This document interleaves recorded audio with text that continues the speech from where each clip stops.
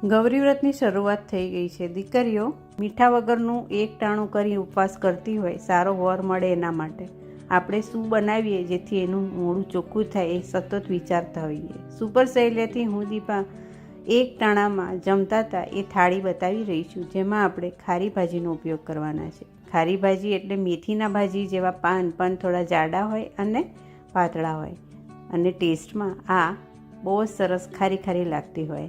એટલે જ્યારે મીઠા વગરનું 5 દિવસ સુધી ખાવાનું હોય ત્યારે આવું ખારી વસ્તુ કોઈ મળી જાય તો કેવી મજા આવે।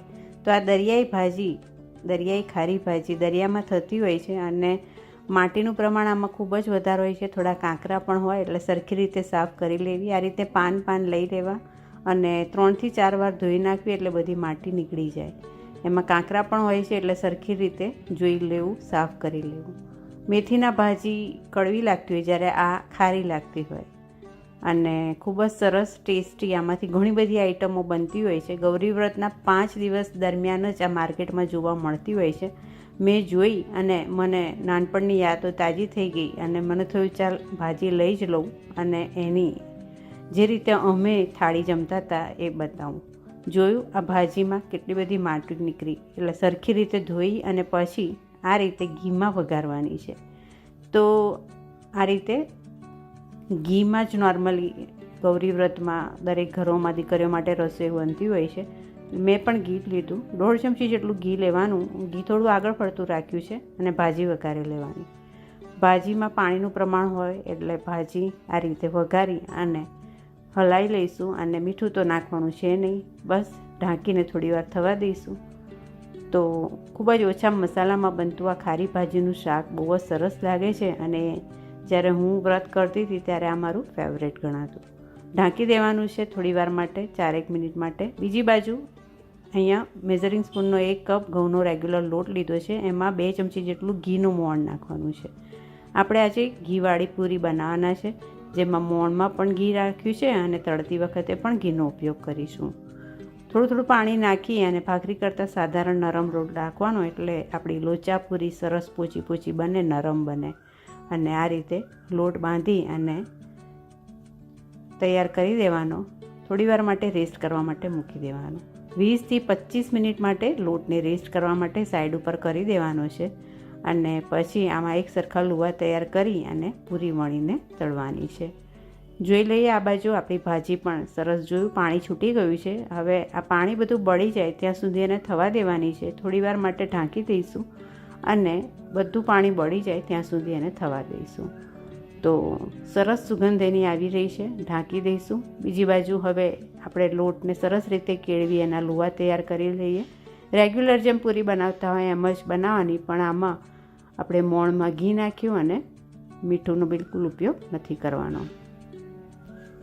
તો પૂરીના એક સરખા લુવા તૈયાર કરી લઈશું અને પછી આપણે એની પૂરી વણીશું।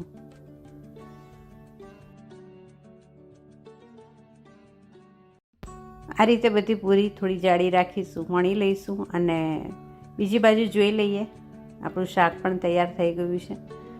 હવે લગભગ થઈ ગયું હશે, પાણીનો ભાગ બધો બળી ગયો છે, એટલે હવે મસાલામાં મરીનો પાવડર ખાસ આમાં નાખવાનો છે। 5 ચમચી જેટલો મરીનો પાવડર નાખી દઈશું। અહીંયા તમે ઈચ્છો તો થોડો વરિયાળીનો પાવડર નાખી શકો છો, વરિયાળી પણ ખાઈ શકાય છે, અને સાધારણ ખાંડ ગળ પણ ગમતું હોય તો, પણ ખાલી મરી પાવડર નાખીને ખાશો તો બી ખૂબ જ મજા આવે છે। મતલબ આ રીતે પણ એકદમ ટેસ્ટી જ બનતી હોય છે, એટલે મેં ખાલી મરી પાવડર જ એડ કર્યો છે। અને આ ભાજી તૈયાર છે, જેને આપણે સર્વિંગ પ્લેટમાં કાઢી લઈશું। બીજી બાજુ પૂરી આપણે તળવા માટે ઘી મૂકવાનું, ઘીમાં જ આપણે પૂરીઓ તળીશું, અને ઘીમાં તળાયેલી પૂરી ટેસ્ટમાં બહુ જ સરસ લાગતી હોય છે, અને સાથે આ ખારી ભાજીનું શાક ખાવાની મજા આવે। જુઓ હજી આગળ બીજી 1-2 આઈટમ જે અમે ખાતા હતા અને ખરેખર બહુ જ યુઝફુલ થશે દીકરીઓ માટે, કેવી રીતે પીરસવી આ થાળી એ હું બતાવું છું। આ બાજુ પૂરીઓ આપણી સરસ તળાઈ રહી છે, તો બધી જ પૂરી આ રીતે તળીને તૈયાર કરી દઈશું। અને ચાલો હવે આપણે પીરસીએ થાળી। તો આ થાળી આજે આપણે સોનાની થાળીમાં એટલે કે કાંસામાં પીરસીશું। કાંસામાં આ શાક આપણે મૂકી દીધું છે સરસ રીતે, ખારી ભાજીનું એકદમ ટેસ્ટી શાક, સાથે મૂકીશું પૂરી। તો પૂરી પણ સરસ રૂ જેવી પોચી બની છે, અને સાથે આપણે અહીંયા દહીં થોડું મૂકીશું, જેમાં મરી પાવડર એડ કરીશું. દહીં ખાવાની મજા આવશે પૂરી સાથે, અને શાક સાથે પણ.